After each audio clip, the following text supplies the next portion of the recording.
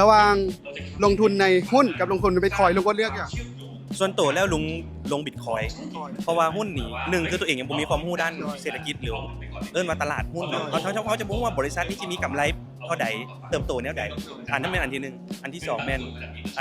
บ้านเฮายังบ่มีโบรกเกอร์ที่แบบว่าเฮาค่อนข้างที่จะไว้ใจได้เอาแท้ว่าเนาะเฮาก็เลยเชื่อในบิตคอยเฮาซื้อบิตคอยเฮาเก็บไว้ในฮาร์ดแวร์วอลเล็ตกันมันเป็นของเฮาก็เลยเชื่อในบิตคอยลงบิตคอยอย่างเดียวหุ้นไม่ได้ลง แล้วระหว่างบิตคอยกับคำลุงโอ๊ตเลือกอย่าง